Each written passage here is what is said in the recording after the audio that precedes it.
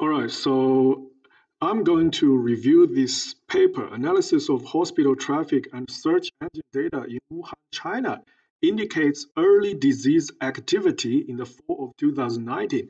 This is actually published, well, with one author from Harvard. Okay, so basically the overall story of this paper is that it tries to look at a satellite image and then count the number of cars around major hospitals in Wuhan, and then do an aggregation, and somehow the author tries to sell the story that there is actually some kind of upward trend in the number of cars in parking lots near hospital. That would basically suggest that there are more patients going to basically visiting hospitals since August. This is August 1st. Since August, okay, basically the author tries to show that there's an upward trend in the number of cars, therefore number of patients visiting hospitals in Wuhan. Okay. Now the thing is that there's so many issues with using satellite images. For example, are all the photos taken on the same time of the day? Are there like a major holidays? Are there like a major construction, like therefore basically disrupt the parking lot? I cannot find the raw data, so I cannot comment on this. But let's just take a look at the figure the author is trying to, basically the author presents. Yes, there is an upward trend going from August 1st all the way to December 1st, okay?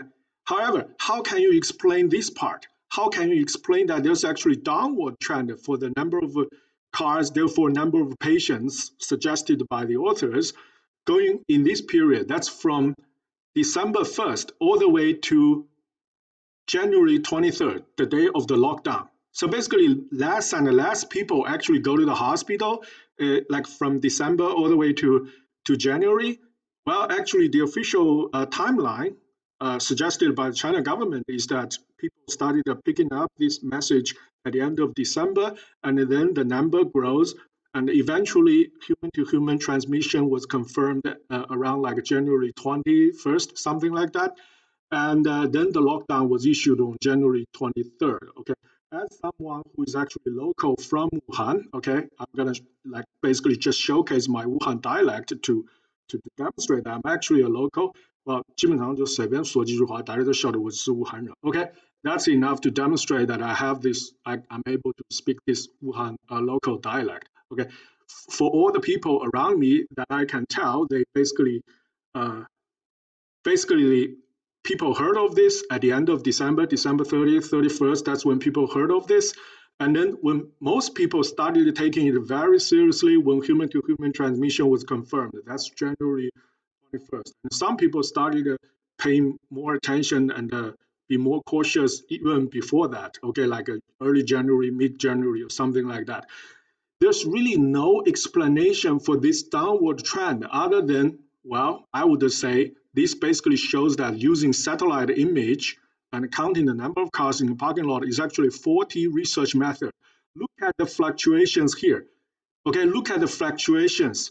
I mean, the author, yes, shows a smoother version, the smoother trend, but then how can you explain the downward trend? Everyone living in Wuhan, and I would say like generally people in China, they would know that everyone went like batshit crazy on the lockdown day. And let's take a look at what hospital in Wuhan looks like on January 23rd, January 24th. It looks like this. It looks like this.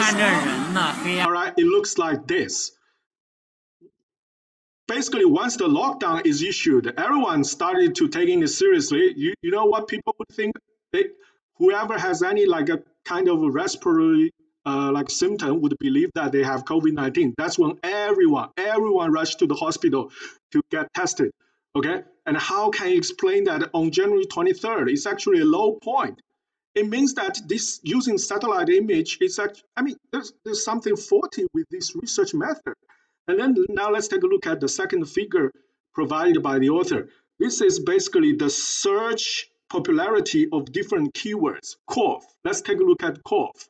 All right, so there's a huge spike immediately before the lockdown because people started paying very serious attention to this in mid-January, and everyone went like batshit crazy basically immediately before the lockdown. Obviously, there's a huge spike. But then take a look at what's happening between December 1st and all the way to January 23rd. It goes up and then goes down. And actually, even the high point here is still lower than, what's it? Like here, it's like early 2019. This is still lower than the high point in early 2018. Okay, so this actually shows the contrary. If there's already a pandemic going on since August, as suggested by the author, so how come like this peak here is actually lower than early 2019 and early 2018? How can you explain that? Okay, and then now let's take a look at this part. From August 1st all the way to January 23rd. This is talking about diarrhea, the popularity of the keyword diarrhea. Yes, there's a sort of like a spike from August 1st, and then the author basically tries to suggest that, okay, well, diarrhea is one symptom of COVID-19, so that seems to suggest that there's already like a lot of COVID-19, at some kind of like minor spike of COVID-19 in Wuhan in August. Okay, but then why there's no exponential growth or any growth at all in these several months? How can you explain that? At the end of the day, I spent maybe like 10 minutes looking at this paper. I just don't think like you can explain this downward trend. You can explain that this peak is actually lower than 2 years before, and you cannot explain why there's no growth, no exponential growth here. So altogether, I just think the authors are trying too hard, okay?